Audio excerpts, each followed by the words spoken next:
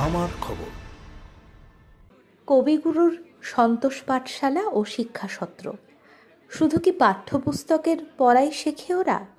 না, পড়াশোনার মাঝেই ওরা প্রকৃতি দেখে, ছবি আঁকে, মাটি দিয়ে জিনিস বানায়, এমনকি গাছ থেকে ভেঙে পড়া ডাল কিংবা ফেলে দেওয়া জিনিস দিয়েও অনায়াসে কত নান্দনিক সব শিল্পকীর্তি ওদের। অবশ্য এই বোধোদয়টা হয় স্কুলের আঁকার শিক্ষকদের হাত ধরেই। তারপর সারা বছর ধরে যা কিছু বানায় তার মধ্যে সেরাটা দেয় প্রদর্শনীর জন্য।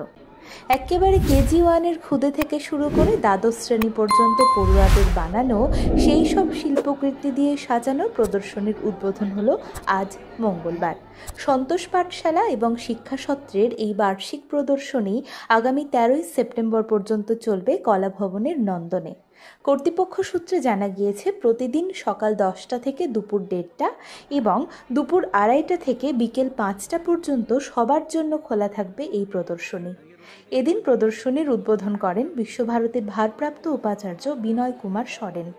শিক্ষাসত্রের ভারপ্রাপ্ত অধ্যক্ষা তমালী মজুমদার জানান, তারা চেষ্টা করেন প্রত্যেকের শিল্পকর্ম যাতে প্রদর্শনীতে রাখা যায়। বার্ষিক প্রদর্শনীর জন্য পড়ুয়ারা বছরভর অপেক্ষা করে।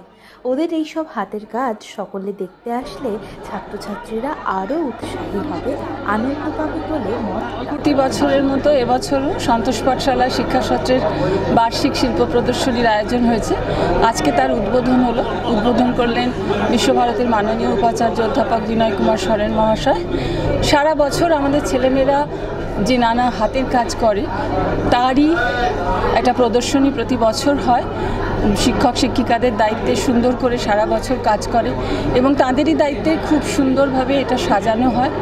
সকলকে আহ্বান করছি এই প্রদর্শনী দেখতে এবং মন্তব্য করতে, তাতে ভবিষ্যতে এই প্রদর্শনীর মান আরও বৃদ্ধি পায় এবং আমি আশা রাখি আপনাদের সকলের এই প্রদর্শনী খুব ভালো লাগবে। এইসব ছোট ছোট ছেলেমেয়েরা যারা স্কুলে পড়াশোনা করছে তাদের যে এই যে সৃষ্টি, তাদের যে বিভিন্ন চিন্তাভাবনা, সেটা কিন্তু এই প্রদর্শনীতেই কিন্তু প্রকাশ পাচ্ছে। এবং সত্যি কথা কি, কার কি সুপ্ত প্রতিভা সেটা কিন্তু এখানে প্রস্ফুটিত হচ্ছে, যেটা অনেকেই জানতাম না, সেটা জানছি। তাদের নাম লেখা আছে এবং সত্যি তাদের যে ভিতরের যে চিন্তাধারা কাগজে কলমে কিংবা রং তুলিতে ফুটে উঠছে, সেটা তাৎপর্য তো আর বলার নয়। এইগুলো শেখানোর আমাদের কারণ হচ্ছে গুরুদেবের চিন্তাভাবনাটাই মেন।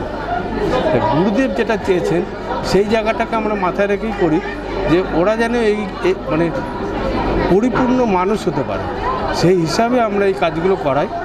আর হচ্ছে যে ওরা ভবিষ্যতে যেন এর মাধ্যম দিয়ে একটা জীবিকা নির্বাহ করতে পারে, সেইটা হচ্ছে আমাদের মেন উদ্দেশ্য।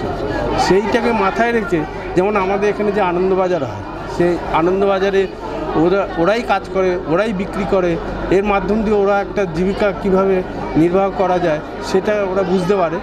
তা এইভাবে আমরা ওদেরকে প্রথমে শেখাই, শেখানোর পরে তারপর কীভাবে ওটাকে বিজনেস ওরিয়েন্টেড করতে হয় সেটাকেও আমরা যতটা মানে এত ক্লাস এত কিছুর মধ্যে, পরীক্ষার মধ্যেও তার মধ্যেও যে এই জিনিসটা হয়, হ্যাঁ, সেটা যে আমরা করাতে পারি, এটা একটা গুরুদেবের আশীর্বাদ।